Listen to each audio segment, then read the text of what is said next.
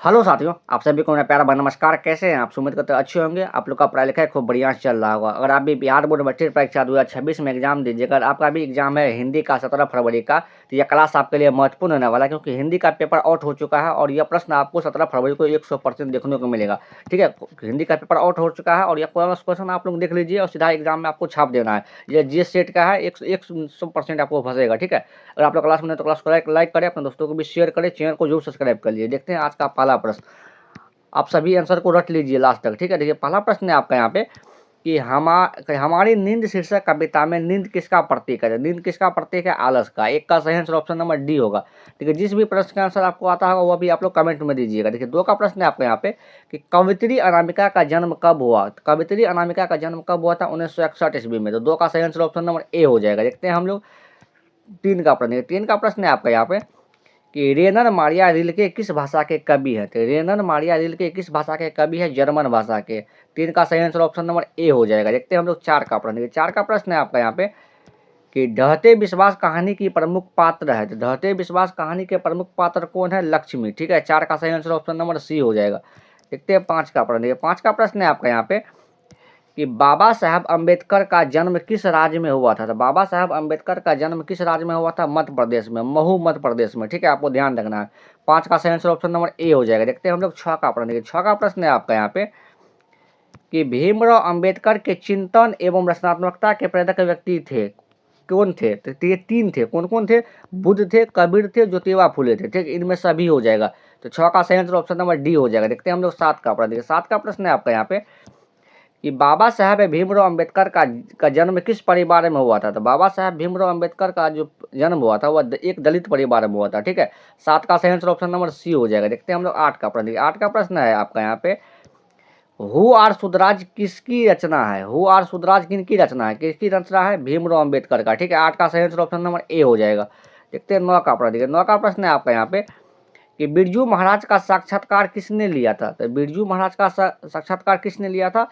रश्मि वाजपेयी ने। किसने लिया था? रश्मि वाजपेयी ने। नौ का सही आंसर ऑप्शन नंबर सी हो जाएगा। देखते हैं हम लोग दस का प्रश्न है आपका यहाँ पे कि जारशाही कहाँ थी? तो जारशाही कहाँ था? रूस में। ठीक है, जारशाही कहाँ था? रूस में था। दस का सही आंसर ऑप्शन नंबर ए होगा।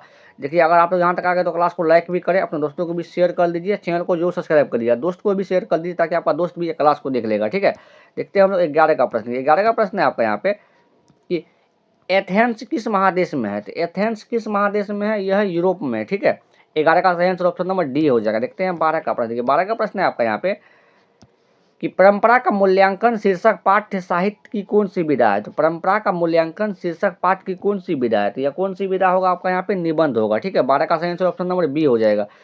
देखते हैं 13 का प्रश्न है आपका यहाँ पे कि हिंदी के आदि कवि है। तो हिंदी के आदि कवि कौन है? सरहपाद है। ठीक है, सरहपाद है। तो 13 का सही आंसर ऑप्शन नंबर डी हो जाएगा। देखते हैं हम लोग 14 का प्रश्न है आपका यहाँ पे कि लेखक के रिश्तेदार ने बहादुर पर क्या आरोप लगाए थे? तो लेखक के रिश्तेदार ने बहादुर पर पैसा चुराने का आरोप लगाया था। ठीक है, तो 14 का सही आंसर ऑप्शन नंबर ए हो जाएगा। देखते हैं हम लोग 15 का प्रश्न। 15 का प्रश्न है आपका यहाँ पे कि बहादुर कहाँ के रहने वाला था? तो बहादुर कहाँ के रहने वाला था? नेपाल का। ठीक है, 15 का सही आंसर ऑप्शन नंबर सी होगा। देखते हैं 16 का प्रश्न। 16 का प्रश्न है आपका यहाँ पे कि सेना किस संज्ञा का उदाहरण है? तो सेना किस संज्ञा का उदाहरण होगा? समूहवाचक। ठीक है, क्योंकि सेना जब भी होता है वह समूह में होता है, आपको ध्यान रखना है। सेना, तो 16 का सही आंसर ऑप्शन नंबर डी होगा। देखते हैं हम लोग 17 का प्रश्न। 17 का प्रश्न है आपका यहाँ पे कि पानी किस संज्ञा का उदाहरण है? तो पानी किस संज्ञा का उदाहरण है? द्रव्यवाचक। ठीक है, 17 का सही आंसर ऑप्शन नंबर सी हो जाएगा। देखते हैं हम लोग 18 का प्रश्न। देखिए 18 का प्रश्न है आपका यहाँ पे कि क वर्ण का उच्चारण स्थान है। तो क वर्ण का उच्चारण स्थान क्या होगा? कंठ हो जाएगा। ठीक है, 18 का सही आंसर ऑप्शन नंबर ए होगा। देखते हैं हम लोग अगला प्रश्न 19 का प्रश्न। 19 का प्रश्न है आपका यहाँ पे कि ललित निबंध है। तो ललित निबंध क्या है? ललित निबंध क्या होगा आपका यहाँ पे? 19 का सही आंसर ऑप्शन नंबर सी हो जाएगा। नाखून क्यों बढ़ते हैं? ठीक है, 19 का सही आंसर ऑप्शन नंबर सी होगा। देखते हैं हम लोग अगला प्रश्न 20 का प्रश्न। देखिए 20 का प्रश्न है आपका यहाँ पे कि अनाम दास का पोथा उपन्यास किस लेखक की कृति है? तो अनाम दास की का पोथा उपन्यास किस लेखक की कृति है? यह है आपका हजारी प्रसाद द्विवेदी का। ठीक है, 20 का सही आंसर ऑप्शन नंबर ए हो जाएगा। देखते हैं हम लोग 21 का प्रश्न। 21 का प्रश्न है आपका यहाँ पे कि भारत से हम क्या सीखे क्या है? तो भारत से हम क्या सीखे क्या है? या भाषण है। ठीक है, 21 का सही आंसर ऑप्शन नंबर सी हो जाएगा। देखते हैं हम लोग 22 का प्रश्न। ठीक है, 22 का प्रश्न है आपका यहाँ पे कि मदन के लिए क्या खाना मामूली बात थी? तो मदन के लिए क्या खाना मामूली बात थी? मार। ठीक है, मदन के लिए मार खाना मामूली बात था। तो 22 का सही आंसर ऑप्शन नंबर सी हो जाएगा। देखते हैं हम लोग 23 का प्रश्न। 23 का प्रश्न है आपका यहाँ पे, ये सेन साहब की पांचों लड़कियां कैसी थी? तो सेन साहब की पांचों लड़कियां सुशील था, ठीक है।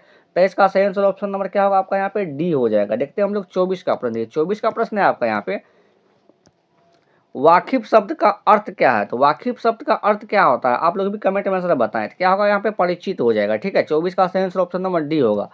देखते हैं 25 का प्रश्न। 25 का प्रश्न है आपका यहाँ पे, विश्व के दांत कहानी के रचयिता कौन है? तो विश्व के दांत कहानी के रचयिता है नलिनी बिलोचन शर्मा, ठीक है। 25 का सही आंसर ऑप्शन नंबर बी हो जाएगा। देखिए अगर आप यहाँ तक आए तो क्लास को लाइक भी करें, अपने दोस्तों को भी शेयर कर दीजिए ताकि आपका दोस्त भी क्लास को देख लेगा, और चैनल को जरूर सब्सक्राइब कर लीजिए इसी तरह क्लास देखने के लिए। देखते हैं हम लोग 26 का प्रश्न। 26 का प्रश्न है आपका यहाँ पे, कि बहादुर पर कितने रुपये की चोरी का इल्जाम लगा था? तो बहादुर पर कितने रुपये की चोरी का इल्जाम लगा था? 11 रुपया, ठीक है। 26 का सही आंसर ऑप्शन नंबर क्या होगा आपका यहाँ पे? बी हो जाएगा। देखते हैं 27 का प्रश्न। 27 का प्रश्न है आपका यहाँ पे, कि बड़े भाई किस लेखक की रचना है? तो बड़े भाई जो है ना वह किस लेखक की रचना है? रामविलास शर्मा की, ठीक है। 17 का सही आंसर ऑप्शन नंबर सी हो जाएगा। देखते हैं 18 का प्रश्न। 18 का प्रश्न है आपका यहाँ पे, बिरजू महाराज के चाचा का क्या नाम था? तो बिरजू महाराज के चाचा का क्या नाम था? शंभू महाराज, ठीक है। 28 का सही आंसर ऑप्शन नंबर ए होगा। देखते हैं 29 का प्रश्न। 29 का प्रश्न है आपका यहाँ पे, कि कुख्यात शब्द में उपसर्ग है। देखिए उपसर्ग क्या होता है? किसी शब्द के पहले लिखता है। देखिए कुख्यात है, कुख्यात में कु पहले है, तो यही इसका क्या होगा? कि कु हो जाएगा इसका उपसर्ग, ठीक है। 29 का सही आंसर ऑप्शन नंबर सी होगा। देखते हैं हम लोग 30 का प्रश्न। 30 का प्रश्न है आपका यहाँ पे, कि अवकाश शब्द में कौन सा उपसर्ग है? तो अवकाश शब्द में कौन सा उपसर्ग होगा? देखिए उपसर्ग क्या बोले, किसी शब्द के पहले लगता है, तो अब हो जाएगा, इसमें क्या होगा? अब होगा। 30 का सही आंसर ऑप्शन नंबर बी होगा। देखते हैं 31 का प्रश्न। 31 का प्रश्न है आपका यहाँ पे, कि बिरजू महाराज का संबंध है। तो बिरजू महाराज का संबंध किससे है? तबला वादन से, ठीक है। 31 का सही आंसर ऑप्शन नंबर ए होगा। देखते हैं 32 का प्रश्न। 32 का प्रश्न है आपका यहाँ पे, कि मछली किस प्रकार की कहानी है? तो मछली किस प्रकार की कहानी है? तो मछली है आपको यहाँ पे मनोवैज्ञानिक है, ठीक है। 32 का सही आंसर ऑप्शन नंबर ए होगा। देखते हैं 33 का प्रश्न। 33 का प्रश्न है आपका यहाँ पे, कि लेखक के पिता ने कितनी मछलियाँ खरीदी थी? लेखक के पिता ने कितनी मछलियाँ खरीदी थी? 3, ठीक है। 33 का सही आंसर ऑप्शन नंबर सी होगा। देखते हैं 34 नंबर पर। 34 का प्रश्न है आपका यहाँ पे, कि बिस्मिल्लाह खां का संबंध है। तो बिस्मिल्लाह खां का संबंध किससे है? तो बिस्मिल्लाह खां का संबंध है आपका यहाँ पे शहनाई से, ठीक है। 34 का सही आंसर ऑप्शन नंबर सी होगा। देखते हैं 35 का प्रश्न। 35 का प्रश्न है आपका यहाँ पे, काशी किसकी पाठशाला है? तो काशी किसकी पाठशाला है? संस्कृत की, ठीक है। 35 का सही आंसर ऑप्शन नंबर ए होगा। देखते हैं 36 का प्रश्न। 36 का प्रश्न है आपका यहाँ पे, सिर पर भूत सवार होना मुहावरे का अर्थ है। तो सिर पे भूत सवार होना मुहावरे का अर्थ क्या है? धुन सवार होना, ठीक है। 36 का सही आंसर ऑप्शन नंबर ए होगा। देखते हैं 37 का प्रश्न। 37 का प्रश्न है आपका यहाँ पे, कि उगल देना मुहावरे का अर्थ है। तो उगल देना मुहावरे का अर्थ क्या होगा यहाँ पे? गुप्त बात प्रकट करना, ठीक है। 37 का सही आंसर ऑप्शन नंबर सी होगा। देखते हैं 38 का प्रश्न। 38 का प्रश्न है आपका यहाँ पे, कि आंखें चार होना मुहावरे का अर्थ है। तो आंखें चार होना मुहावरे का अर्थ क्या है? आमने सामने होना, ठीक है। 38 का सही आंसर ऑप्शन नंबर बी होगा। देखते हैं 39 का प्रश्न। 39 का प्रश्न है आपका यहाँ पे, कि टोल्स्टॉय कौन थे? तो टोल्स्टॉय कौन थे? यह एक रूसी लेखक थे, ठीक है। 39 का सही आंसर ऑप्शन नंबर ए होगा। देखते हैं हम लोग 40 का प्रश्न। 40 का प्रश्न है आपका यहाँ पे, कि शेक्सपियर किस भाषा के कवि हैं? तो शेक्सपियर किस भाषा के कवि है? अंग्रेजी भाषा के। 40 का सही आंसर ऑप्शन नंबर डी होगा। देखिए अगर आप लोग यहाँ तक आ गए तो क्लास को लाइक भी करें, अपने दोस्तों के बीच शेयर भी करें ताकि आपका दोस्त भी यह क्लास को देख लेगा, और चैनल को जरूर सब्सक्राइब करें।